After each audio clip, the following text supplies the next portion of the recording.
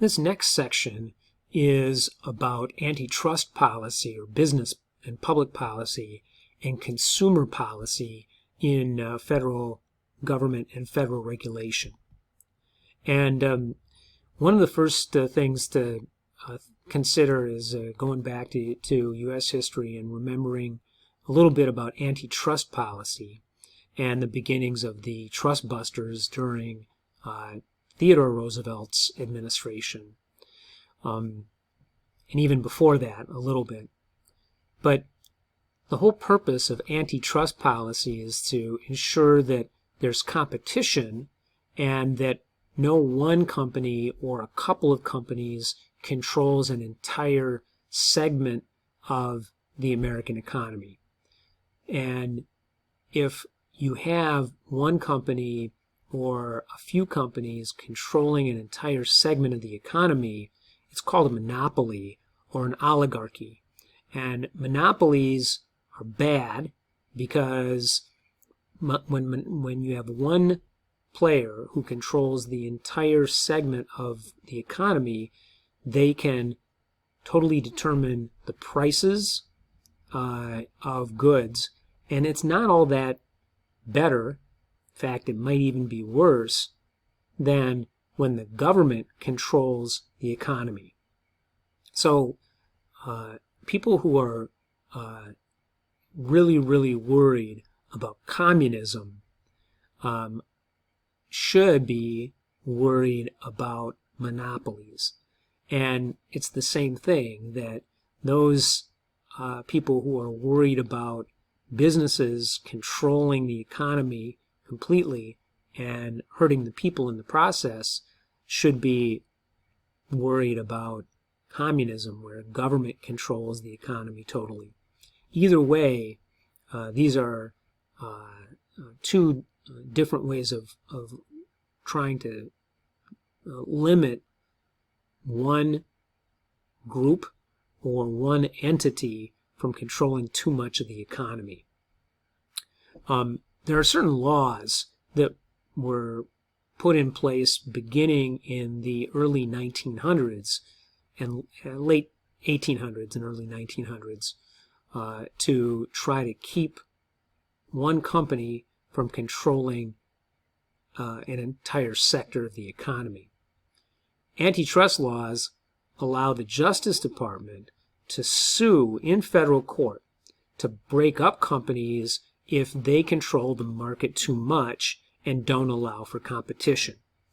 One of the important elements of capitalism is that people and businesses can compete for lower prices, and that's how prices stay down, is that one company might come up with an idea and sell their product.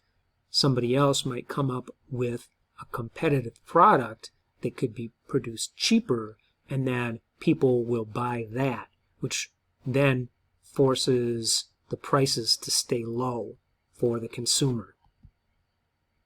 So in 2008, the government, through TARP, through this big bailout, purchased a lot of troubled market assets or mortgage assets, because a lot of the derivatives included these mortgage assets. They bundle up bad mortgages and they would sell them in bundles. And buying up these troubled mortgage assets from banks strengthened the bank's abilities to give out good loans and to loan money to businesses instead of people being burdened with these risky mortgages.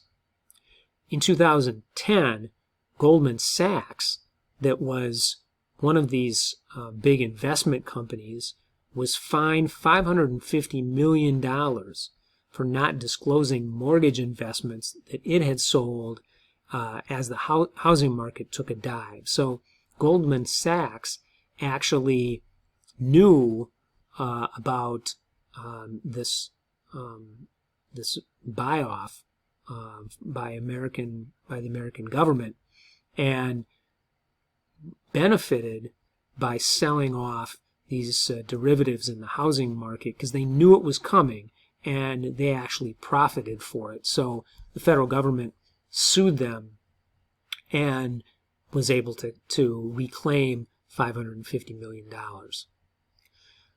Another way that the federal government protects consumers or protects peoples or protects the economy is through consumer policy. And there are a number of examples that I know that you're familiar with. The Food and Drug Act from 1906 began to regulate the sales of medicine, of different kinds of food products across state lines to protect the health and the safety of people in the United States. And you may have read The Jungle by Upton Sinclair. You've heard about it. You've studied it maybe. But you know that there were a lot of pretty terrible practices when it came to producing food in the late 1800s, and the Food and Drug Act helped control that and forced food companies to meet certain health standards. Same thing with drug companies, that in the late 1800s there were a lot of what they called snake oil salesmen.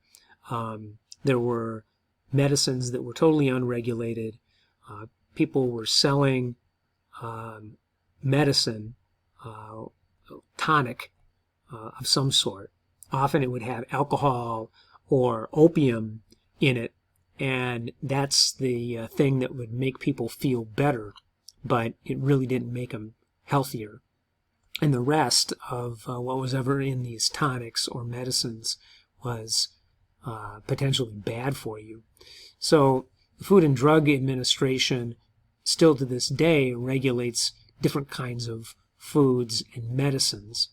And one of the topics right now is whether there are certain medicines that are already on the market that have been effective in battling malaria, that are kind of based on a quinine solution, and whether or not they would help control the effects of the coronavirus. So that's one of the things that the Food and Drug Administration will be involved in the future, trying to figure out and deciding whether that's going to be a safe way to try to help people with coronavirus, COVID-19.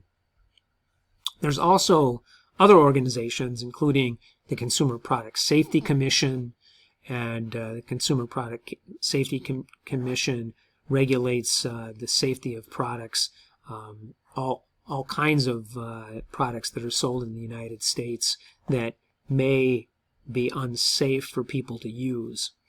And the Federal Trade Commission, also the FTC, is also in charge of controlling and regulating products in the United States.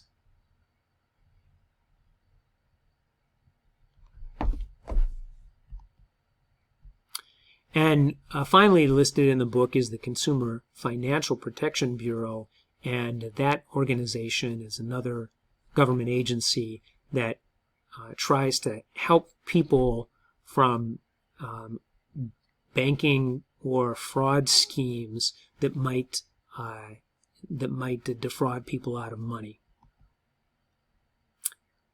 When it comes to labor, there were a number of laws throughout history that had to deal with protecting workers.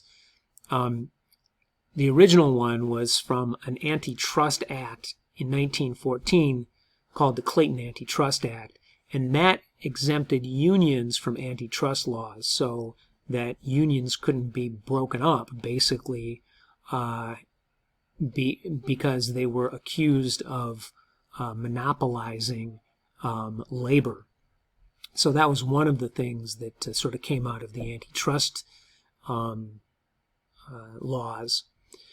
Probably the big ones that we have to worry about are the National Labor Relations Act, or the Wagner Act, and the National Labor Relations Board. And the National Labor Relations Act, 1935, guaranteed that workers had a right to bargain collectively, and it also set rules that protected unions and organizers from retaliation by businesses.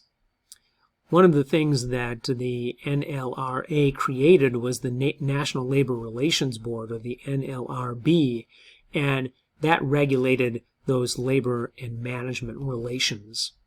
They're not very strong regulations, but the National Labor Relations Board is an organization that basically sets the rules. On the other side, as a kind of a backlash to the NLRB, is the Taft-Hartley Act of 1947. And that prohibited unfair practices by unions, and it gave the president basically the power to stop strikes, to force workers back to work for 80 days in hopes that things would sort of work themselves out, or that labor and business leaders would be able to get back to the negotiation table, and it wouldn't disrupt the production because workers were on strike. So that was a step backwards from the Wagner Act that basically gave workers collective bargaining rights. The Taft-Hartley Act also permitted states to adopt right-to-work laws, and one of the more recent examples in Wisconsin, although Wisconsin is not a right-to-work state, something similar to that was Act 10, which limited labor organizing among public sector workers. So anybody who worked for the state government, and that included prison guards, state workers, teachers, food service workers who worked for public entities, nurses, those people, those workers had their labor rights cut back. And there are some states that have right-to-work laws, and really what that means, they're called right-to-work laws because the people that support them say that workers have a right to work and shouldn't be limited because labor unions are forcing them to join the unions. So basically, it's a labor union breaking or breakup kind of law. And so there are some states that have that kind of law. Basically, it forbids labor contracts from requiring workers to join unions in order to keep their jobs. And in the past, and in some places still, if the majority of workers at a factory or in a company vote to be part of a union, then if you work at that factory or for that business, you have to be a union member and you have to pay the union dues. And what the right to work laws do is it doesn't require a worker to be part of the union. There are a couple of successes in labor unions. One is that government provides unemployment compensation to employees when they're laid off. And that means that workers and employers pay into a fund, a government fund. And if the business lays off workers for economic reasons, not because of their poor performance, it's not that the workers are fired because they did something wrong, but if the economy goes bad or the business goes bad and the company has to lay workers off, then there's this money that workers can apply for that helps cover their costs while they're looking for another job. And the other big success was the minimum wage law that we talked about earlier.